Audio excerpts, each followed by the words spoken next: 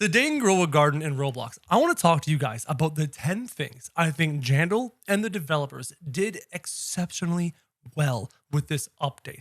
If this sounds interesting to you, go ahead and hit that red subscribe button, become part of the first 300k OGs on the channel, and let's get into the video. Listen to me carefully. This video right here is the perfect video for you to comment down below and mention all the things you loved about this update or all the things you hated about this update. Because if the developers are ever going to see a video, it's one like this. So this is your opportunity to talk directly to them. And the first thing I want to talk about is that this update is beautifully straightforward for young gamers. There's nothing complicated about this update. You have fruits that you want to turn in, and you go and harvest them, and you give them to the tree, and boom, you get to acquire your rewards from the 4 locations that are clearly marked here in the center. There's no convoluted system. There's no complicated system. There's no multiple things you have to worry about. It's straightforward, it's simple, and it's easy to understand for young audiences. Though if I had one small critique, I understand that if you want to know what a prickly plant is, you can go into your garden guide and then you can click your plants. And then you can look through here and click on something and see that it's a flower type.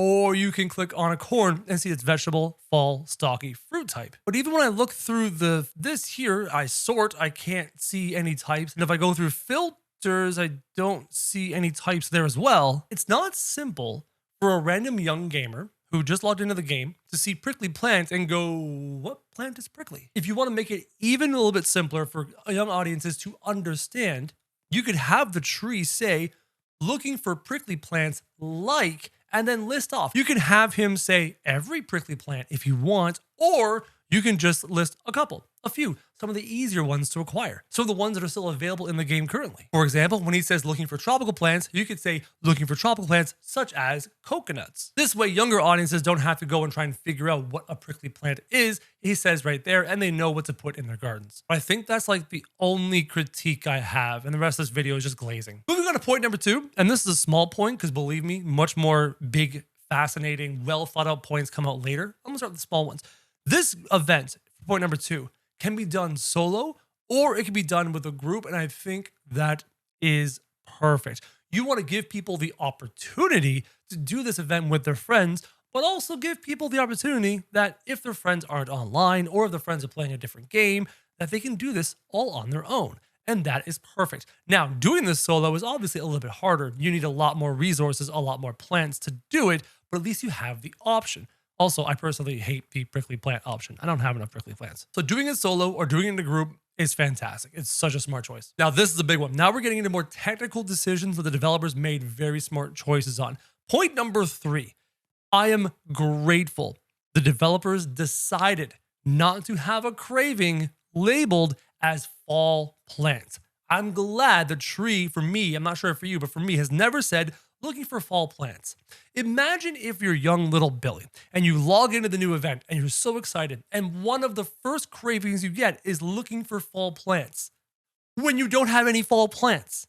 Does that sound familiar? It does sound familiar because in the fairy update, we had that problem. There were people in the fairy update for the fairy fountain where their quest reward was a plant requirement, and that plant requirement came from the new seed pack, but they hadn't acquired the new seed pack yet because they hadn't gotten as a reward, and they were locked out.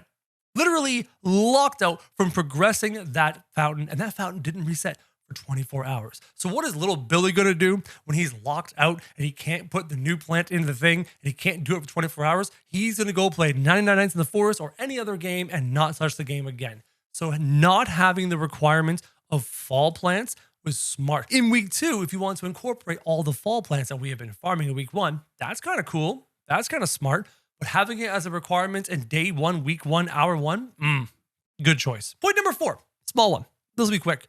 I like the fact that you have 4 stops here, 4 stores, 4 things to shop on. There's something kind of nice and satisfying about handing in all your fruits and going, oh, I get to go shopping. And then you come over here and you're like, okay, give me the fall egg, anything in here. Okay, come over here. I'll grab my seeds, anything in here. Okay. I like the fact that you get to run around and check all 4 shops. And that's kind of cool. Better than one shop. I think having them split into separate shops just feels better than having it in one shop. What do you think? All right, this one.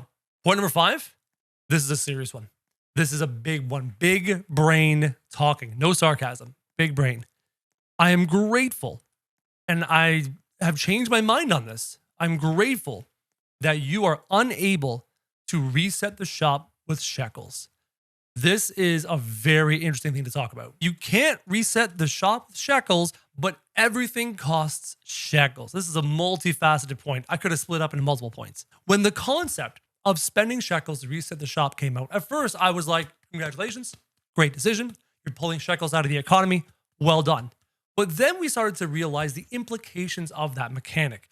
For example, if you are a power gamer, let's go even further. If you are a black market player and you're trying to sell pets online for real world value, you're trying to sell assets online for real world value, it is really easy for you to have tons of alternate accounts and to log in every hour, right? Log in every hour on all those accounts, go to your shop, reset the shop multiple times with all the bajillions of shekels you have because of reasons, reset the shop multiple times and buy up everything in the shop, tons and tons and tons, log out, switch to the alt, do it again. And you can do that in countless alts within an hour. That's bad for the game. Now, that's like the worst case scenario black market talk. Let's just talk about the in-game for more average people. This mechanic of resetting the shop for shekels makes it so that people who have sextillions of shekels have a massive advantage, pretty much an unfair advantage over your average gamer, your casual gamer who just plays a game normally. The person with sextillions of shekels knows that he can go take a random pet, sell it to somebody for sextillions of shekels, and then get the shop resets over and over and over endlessly for forever and acquire a bunch of resources. It kind of takes the fun out of actually playing the game. Yet, you still made shekels relevant by having it as the currency you use to buy things. You simultaneously stopped people from abusing their wealth and powering through the game while still making shekels relevant for everybody because it is the currency to buy things, which makes it simpler because you don't have multiple currencies to worry about. So even the most average, common, casual young gamer realizes I just need shekels and shekels can buy things. It's clear, it's concise, it's not convoluted. You're not allowing the power gamers to get an unfair advantage. You're making everybody play the game actively instead of just jumping in and using the shop reset mechanic. And it's just very, very, very well thought out. Personally, I never want to see reset the shop for shekels ever again. I never want to see the mechanic again. I like the fact that you have to actively play the game to acquire the rewards, and doing so is easy and simple and straightforward. People with wealth can't abuse it. People who have black market intentions can't abuse it. I think this is the best way to go moving forward. And doing it this way limits the amount of pets and eggs that enter circulation. Which leads into my next point perfectly, is that this event is actively grinded and actively played, but it's not difficult. And that is perfect. The one thing I appreciated about the Zen event was that I could actively play the Zen event. I can go and get my Zen flowers and hand them in and do that over and over and spend as much time or as little time as I wanted playing the game. There's a downside to that, and I'll get into that later. But I like the fact that you can actively play this, but you don't have to. I like the fact that it's simple, straightforward while doing so. So let me bleed into my next point, which is point number 7. It has to do with the Zen event. I like the fact that you can actively grind this, yes, but I also like the fact that this event is hard to macro. This is another serious point the developers, I'm not sure if they had forethought on, but it works really, really well. I talked about the joy of being able to actively grind the Zen event. That was fun. Those who wanted to be grinders could grind and grind and grind to their heart's content, but the Zen event had a problem, and that the Zen event could be macroed. All you had to do was come to your pile of, there they are, serenity bushes, come here, pick them up, hit your garden, go to the event, hand in, repeat endlessly for forever, which means you can macro it to do it overnight while you sleep. You can't do that as well here in this event because of the rotating requirements. So the rotating requirements keeps it not unmacroable, but definitely not as profitable. I mean, you could just macro to pick up the coconut plants, right? And then hand in the coconut plants every single time, even when it's not coconut time. But occasionally it will be coconut time. So sometimes you'll benefit, sometimes you won't. Just slows down the macroing hardcore. So I like the fact that you can grind it. I like the fact that it's not macro friendly. And anything you can think of to make it less macro friendly moving forward is probably a smart idea. Point number 8. I adore the fact that it is a 5-minute cooldown and not a 20-minute cooldown. A 20-minute cooldown gives people enough downtime to consider going and playing another game. A 5-minute cooldown is just enough time to hand in your stuff, hit your shops, take a moment, alt tab out of the game, go read something, go do something else, and then realize, oh, 5 minutes later, come and do it again. It's just fast enough to keep people intrigued and in the game and wanting to continue to play the game, but not so fast that you feel like you have to maintain your pace at a breakneck speed to be optimal. That 5-minute reset is the perfect sweet spot. I adore it. And especially as somebody who edits videos and stuff like that, I really like the 5-minute cooldown. And point number 9, I think you've nailed it with the shops. So previously I had complaints that the Siege shop never had everything in stock when I felt it was the introductory resource into the game for brand new players. The Siege shop was the onboarding resource for brand new players, and I felt that everything in here should be in stock so that when players actually manage to unlock things, that they could successfully do so.